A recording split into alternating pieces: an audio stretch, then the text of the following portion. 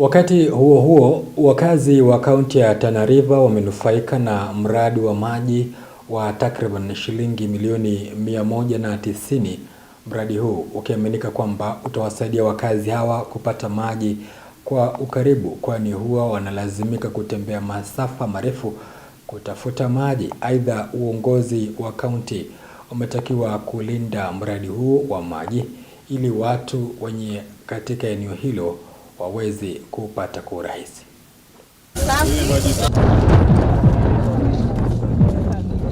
What I've come to witness is value for money, and the services reaching the most vulnerable parts of the country and the marginalized as well, and the targets of the very people who are very mobile in their way of life, nomadic, livestock keepers.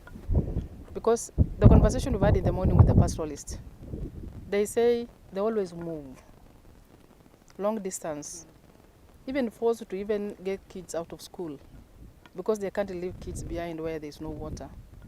Sometimes they even have to, to get into conflict trying to access water and pasture for their livestock.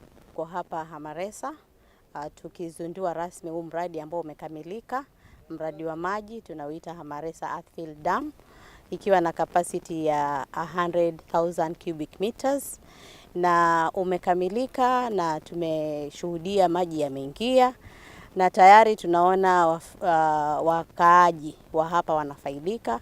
There is the political leadership here, starting all the way from the members of parliament, the county government.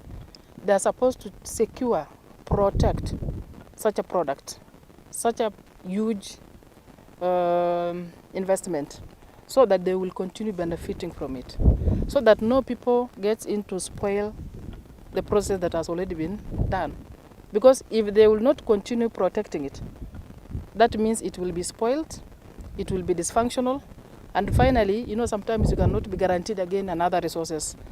Tuko na mashamba hapa irrigation, na mimi nauga mkono kwa sababu tulikuwa tunasukumana na ninyi hadi mkakubali investors akuje. Mimi nashukuru ninyi sana kwa hayo.